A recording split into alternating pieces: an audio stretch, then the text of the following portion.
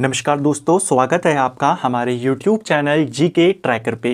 देखिए फ्रेंड, आज के वीडियो में हम बात करेंगे जो हमारी एक सीरीज़ है इंडियन कॉन्स्टिट्यूशन MCQ सीरीज़, जिसमें हम पूरे संविधान को MCQ के फॉर्मेट में टॉपिक वाइज कवर कर रहे थे।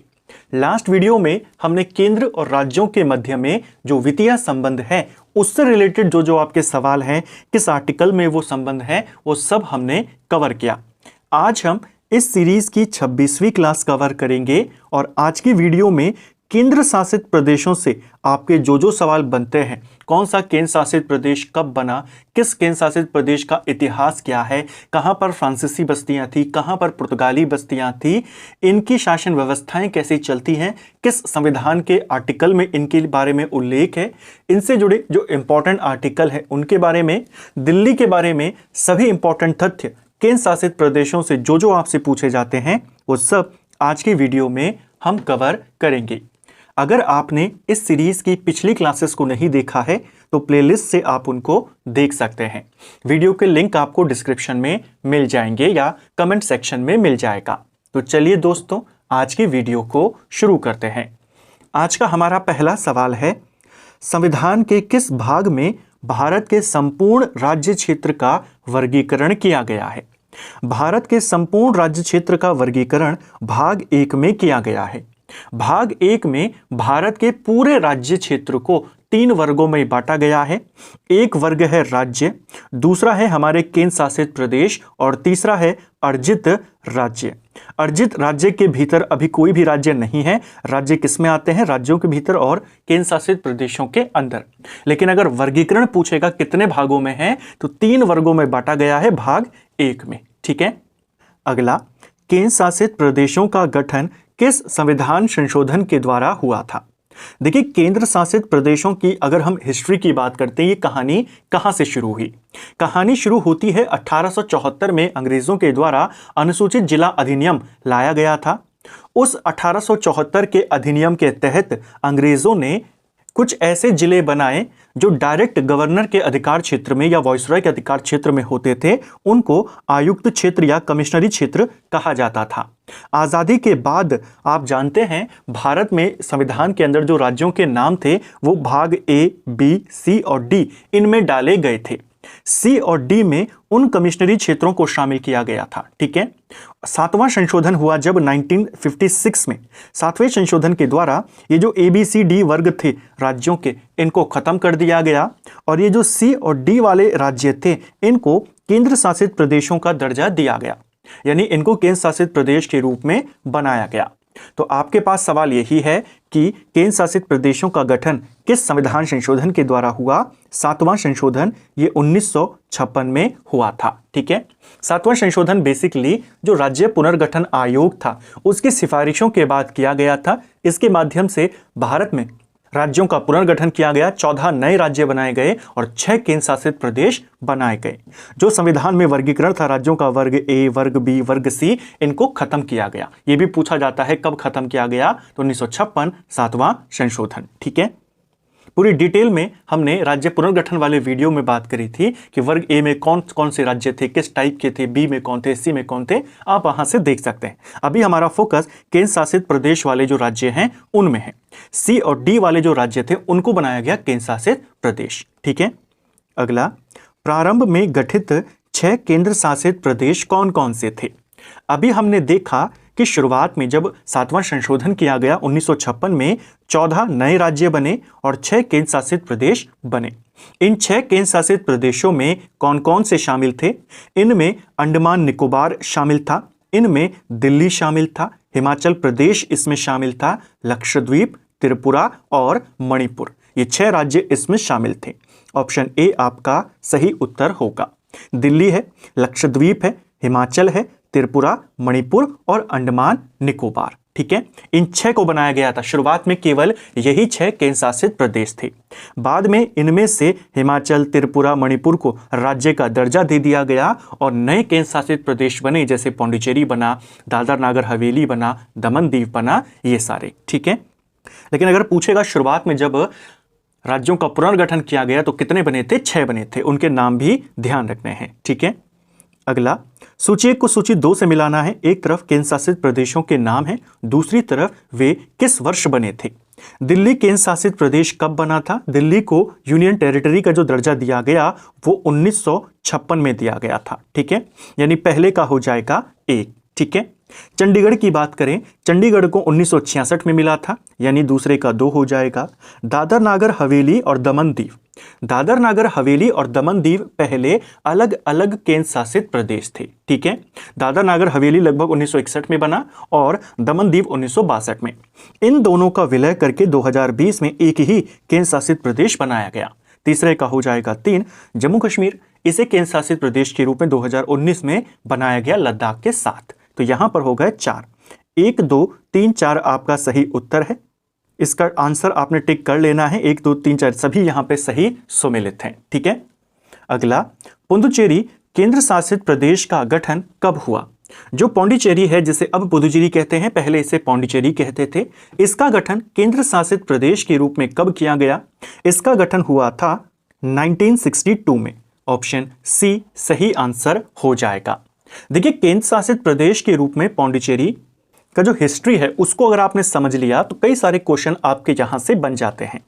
1954 में जो पुडुचेरी था, यहां पर बेसिकली पहले फ्रांस की बस्तियां स्थापित थी, यानी फ्रांस का यहां पे कब्जा था। ठीक है, 1954 में फ्रांस ने अपनी सभी बस्तियां भारत को सौंप देता है। ठीक है, इसी को लेकर 1956 में आधिकारिक तौर पर भारत और फ्रांस के बीच में संधि हो जाती है और इसी को लेकर के 1956 में ही इसे भारत में भी शामिल कर लिया जाता है। लेकिन अभी ये प्रॉपर यूनियन टेरिटरी नहीं बना था। 1962 तक, 1956 से लेकर 1962 तक इसका शासन अधिग्रहित क्षेत्र यानी अर्जित राज्य के तौर पे चलता रहा। 1962 में इसे केंद्र शासित प्रदेश का दर्जा दिया गया, तो इसको आपने ध्यान रखना है। ठीक है, अगला, दादर और नागर हवेली भारत में कब सम्मिलित हुआ था? दादर नागर हवेली को भारत में 1954 में शामिल किया गया। ठीक है, यहां पर पहले पुर्तगालियों का अधिकार था। दादर नागर हवेली में पहले पुर्तगालियों का अधिकार था, चाहे यहां पर हो, चाहे दमन दीव पर हो या गोवा पर हो। ये पहले किसके अधिकार में थे? पुर्तगालियों के। ठीक है, 1954 में पुर्तगालियों से दादर नागर हवेली को यहां पे आजाद करा लिया गया। 1961 तक यहां का जो शासन था वो स्थानीय लोगों के द्वारा जो चुना गया था, स्थानीय शासन, उसके द्वारा चलता रहा। 1961 में इसे केंद्र शासित प्रदेश का दर्जा दे दिया गया। तो दादर नागर हवेली कब बना था केंद्र शासित प्रदेश? 1961 में। इसके लिए 10वां संवैधानिक संशोधन किया गया। ऐसे ही दमन दीव था। दमन दीव को 1962 में 12वें संशोधन के द्वारा केंद्र शासित प्रदेश का दर्जा दिया गया। ठीक है, कथन और कारण पर विचार करें। गोवा को 1987 में राज्य का दर्जा दिया गया, बिल्कुल सही है। गोवा दमन दीव पुनर्गठन अधिनियम 1987 के तहत यह हुआ था, यह भी आपका बिल्कुल सही है। पहले गोवा दमन दीव तीनों को एक साथ केंद्र शासित प्रदेश के अंतर्गत रखा गया था। 1987 के अधिनियम के तहत गोवा को अलग कर दिया गया, इसे एक स्वतंत्र राज्य के रूप में स्थापित किया गया और दमन दीव को एक प्रॉपर अलग केंद्र शासित प्रदेश बना दिया गया। तो यहां पे कथन और कारण दोनों सही हैं, यहां पर ऑप्शन ए सही आंसर होगा। ठीक है, क्वेश्चन बनता है गोवा को पूर्ण राज्य का दर्जा कब मिला? 1987। अगला, भारत का पहला केंद्र शासित प्रदेश जिसे पूर्ण राज्य का दर्जा दिया गया वो कौन था? देखिए, भारत का पहला केंद्र शासित, पहला यूनियन टेरिटरी जिसे पूर्ण राज्य का दर्जा मिला, इसका नाम था हिमाचल प्रदेश। अभी हमने देखा कि जब 7वां संशोधन किया गया राज्य पुनर्गठन आयोग की सिफारिशों पर, उसके माध्यम से 6 केंद्र शासित प्रदेश बने, उनमें से एक हिमाचल प्रदेश था। हिमाचल प्रदेश को भारत के 18वें राज्य के रूप में पूर्ण राज्य का दर्जा मिला था 1971 में। तो पहला आंसर क्या है इसका? ऑप्शन बी सही उत्तर होगा। हिमाचल प्रदेश अधिनियम आया था 1970 में और 71 में इसे पूर्ण राज्य का दर्जा दिया गया। ठीक है, वर्तमान में भारत में कितने राज्य और केंद्र शासित प्रदेश स्थित हैं? वर्तमान में भारत में टोटल 28 राज्य हैं और 8 केंद्र शासित प्रदेश हैं। 28 राज्य कैसे कैसे बने? 14 राज्य तो पुनर्गठन अधिनियम के माध्यम से बने, 15, 16, 17 कैसे कैसे बने, पुनर्गठन वाले वीडियो में हमने डिटेल से इस चीज को जाना था। अगला, संविधान के भाग 8 में कौन से अनुच्छेद केंद्र शासित प्रदेशों से संबंधित हैं, यानी यूनियन टेरिटरी से संबंधित हैं? एक सीधा क्वेश्चन तो यही बनता है, संविधान का कौन सा भाग है जो केंद्र शासित प्रदेशों से जुड़ा हुआ है? वो है भाग 8। ठीक है, भाग 8 के अंतर्गत जो आर्टिकल 239 से 241 आते हैं, ये आपके यूनियन टेरिटरी यानी केंद्र शासित प्रदेशों का उल्लेख करते हैं। ठीक है, बेसिकली 239 में केंद्र शासित प्रदेशों के प्रशासन की बात कही गई है। 240 में केंद्र शासित प्रदेशों के लिए कानून बनाने की शक्ति राष्ट्रपति की है, उसके बारे में बताया गया है। और 241 में केंद्र शासित प्रदेशों के लिए हाईकोर्ट की व्यवस्था करी गई है। ठीक है, अगला अनुच्छेद 239(1) के अंतर्गत किसे केंद्र शासित प्रदेशों का प्रशासन सौंपा गया है? यूनियन टेरिटरी का प्रशासन, इनके प्रशासन से संबंधित है आर्टिकल 239। 239 के अंदर जो इसका पहला सब खंड है यानी पहला सब पार्ट है 239(1), इसमें कहा गया है कि जब तक संसद कोई कानून नहीं बनाती है कि किसी यूनियन टेरिटरी का शासन कैसे चलेगा, वहां का शासन राष्ट्रपति ही चलाएगा। तो इस आर्टिकल के माध्यम से केंद्र शासित प्रदेश का शासन किसे सौंपा गया है? राष्ट्रपति को। राष्ट्रपति के पास ये शक्ति दी गई है कि वह उस इलाके के लिए यानी उस केंद्र शासित प्रदेश के लिए किसी व्यक्ति को वहां का प्रशासक या उपराज्यपाल बना सकता है। ठीक है, अगला अनुच्छेद 239 का दूसरा खंड के अनुसार राष्ट्रपति क्या कर सकता है? देखिए 239 के पहले खंड में क्या कहा गया है कि राष्ट्रपति के पास प्रशासन का अधिकार है, वो चाहे तो किसी व्यक्ति को प्रशासक वहां का बना सकता है। ठीक है, अपने एजेंट को या अपने प्रतिनिधि को। 239 का जो सेकंड वाला खंड है वो ये कहता है कि अगर वो किसी और व्यक्ति को नहीं बनाना चाहता तो अगल बगल के किसी राज्य के राज्यपाल को किसी केंद्र शासित प्रदेश का प्रशासक वो बना सकता है। यानी राज्यपाल अगर कोई राज्य का है तो उसको वो वहां का प्रशासक बना सकता है। ये वाला कहा गया है 239(2) में। जैसे पंजाब और हरियाणा है, ये दोनों के दोनों पूर्ण राज्य हैं। इनके जो राज्यपाल होते हैं अक्सर वही चंडीगढ़ के प्रशासक भी होते हैं। तो ये जो करते हैं राष्ट्रपति की राज्यपाल को ही प्रशासक बना दिया, वो इसी आर्टिकल 239(2) के तहत होता है। ठीक है, अगला अनुच्छेद 239 का किस संशोधन के माध्यम से जोड़ा गया? अब देखिए ये अलग है। 239 का पहला खंड वो अलग है जिसको हमने अभी यहां पे समझा। 239 का क खंड जो है ये अलग है। इसे संविधान में 14वें संशोधन के द्वारा जोड़ा गया। 14वां संशोधन 1962 में किया गया था। इसी संशोधन के माध्यम से यानी इसी आर्टिकल के माध्यम से जो केंद्र शासित प्रदेश हैं उनमें विधानसभा यानी विधानमंडल और मंत्रिपरिषद के गठन का प्रावधान किया गया है। अगर आपसे सवाल बन जाए कि केंद्र शासित प्रदेशों में विधानमंडल या मंत्रिपरिषद के गठन का प्रावधान किस आर्टिकल में है? इसमें है। इसे कब जोड़ा गया? 14वें संशोधन के द्वारा 1962 में। ठीक है, अगला अनुच्छेद 239 क और क ख दिल्ली से संबंधित किस संशोधन के द्वारा जोड़े गए? देखिए आर्टिकल 239 का जो डबल क पार्ट है यानी डबल ए वाला सबखंड है और ए और बी वाला जो सबखंड है, ये दोनों के दोनों आर्टिकल दिल्ली से संबंधित हैं। दोनों आर्टिकल क्या व्यवस्था करते हैं? जो क वाला आर्टिकल है वो ये कहता है दिल्ली के संबंध में विशेष उपबंध। ये क्वेश्चन पेपर में आया हुआ है कि किस संविधान संशोधन में या किस आर्टिकल में दिल्ली से संबंधित विशेष उपबंध किए गए हैं? 239 का खंड इसमें किए गए हैं। ठीक है, जो ख वाला खंड है 239 का, इसमें दिल्ली में अगर संवैधानिक तंत्र विफल हो जाता है तब क्या उपबंध होंगे वो इसमें बताए गए हैं। ठीक है, यानी वहां के लिए दिल्ली के लिए विशेष उपबंध इस आर्टिकल में है और अगर वो सारे उपबंध फेल हो जाते हैं तो फिर ये वाला आर्टिकल काम करेगा। इन दोनों को दिल्ली के लिए ये जो विशेष आर्टिकल संविधान में जोड़े गए, इन दोनों को 1991 में 69वें संशोधन के द्वारा जोड़ा गया। ऑप्शन सी सही आंसर हो जाएगा। ठीक है, अगला 240 के तहत राष्ट्रपति किन किन केंद्र शासित प्रदेशों के लिए विनियम बना सकता है? देखिए आर्टिकल 240 राष्ट्रपति को कुछ केंद्र शासित प्रदेशों के लिए कानून बनाने की शक्ति देता है। ठीक है, किन किन केंद्र शासित प्रदेशों के लिए राष्ट्रपति को यह अधिकार है?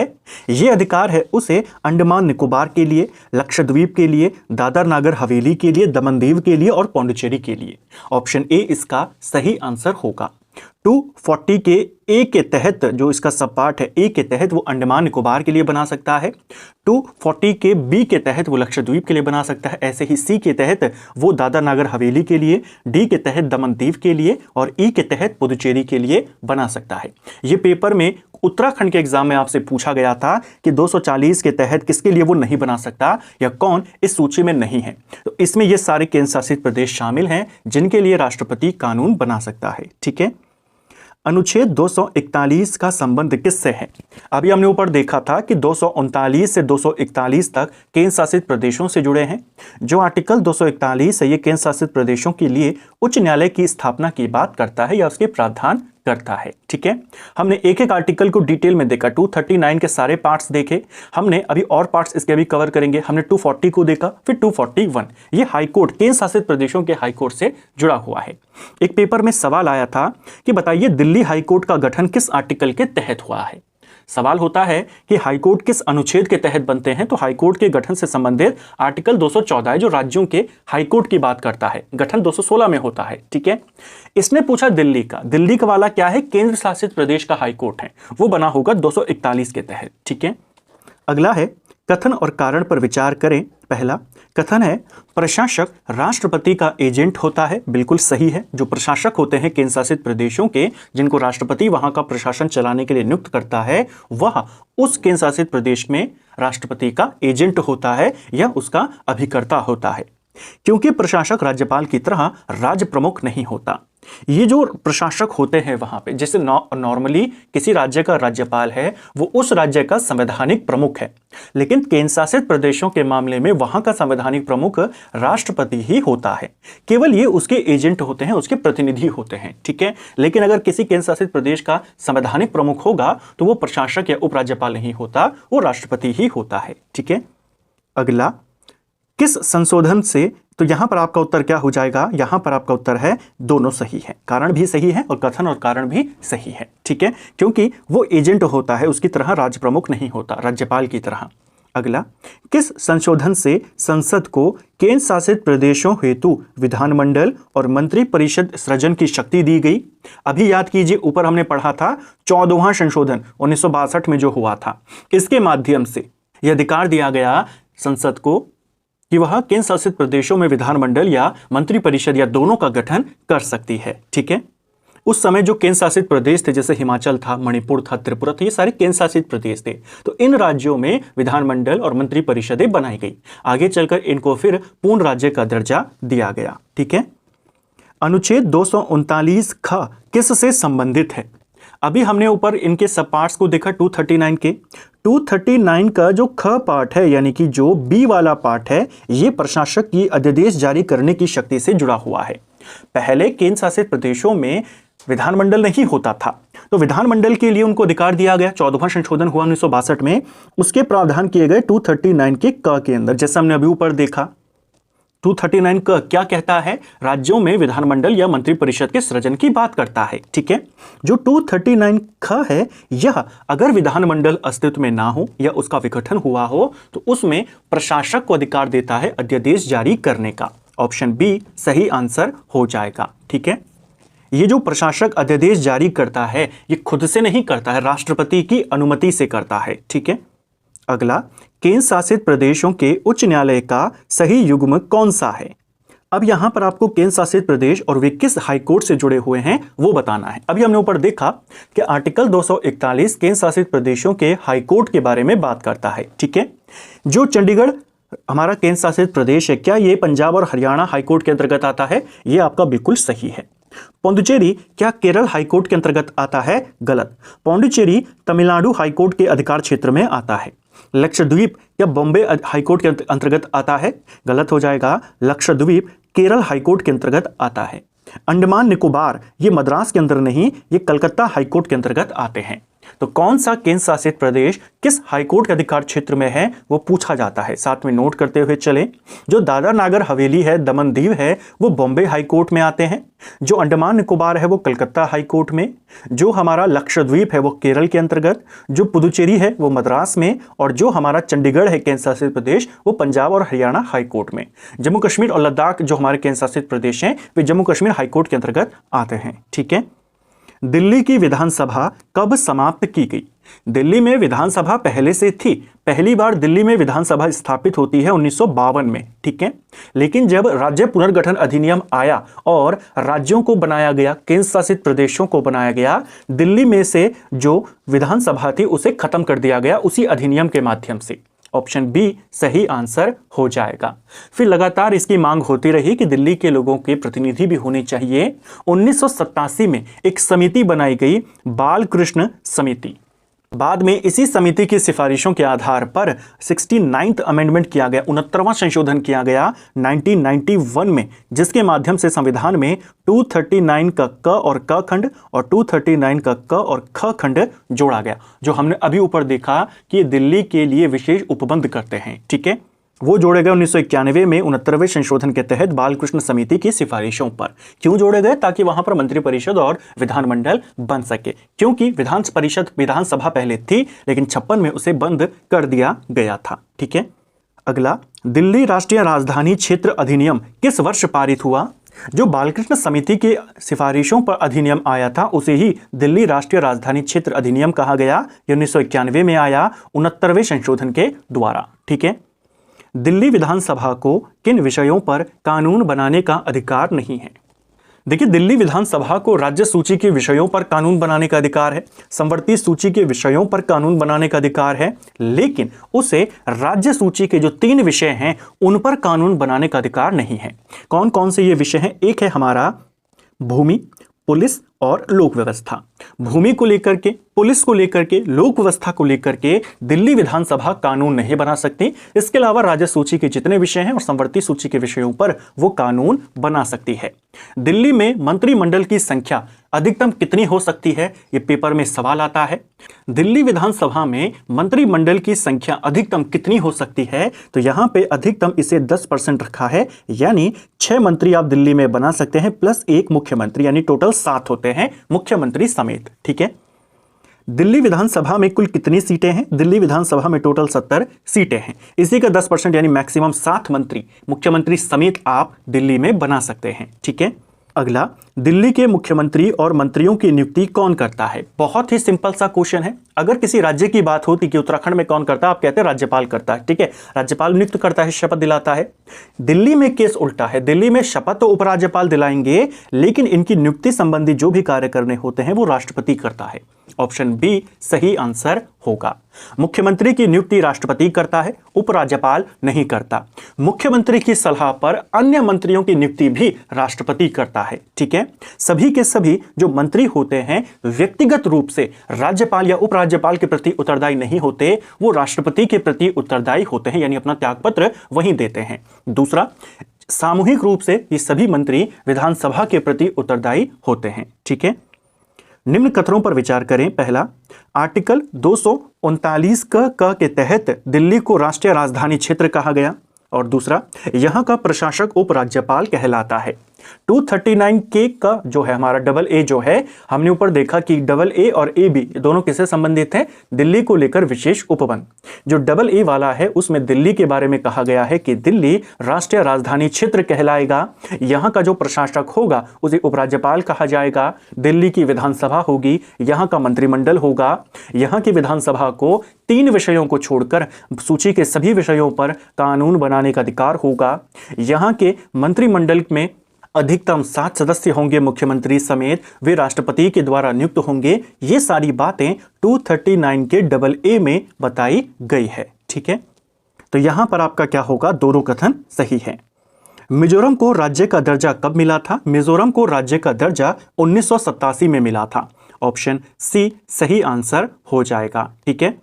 1987 में 53वें संशोधन के द्वारा मिजोरम को भारत का 23वां राज्य बनाया गया था, ठीक है।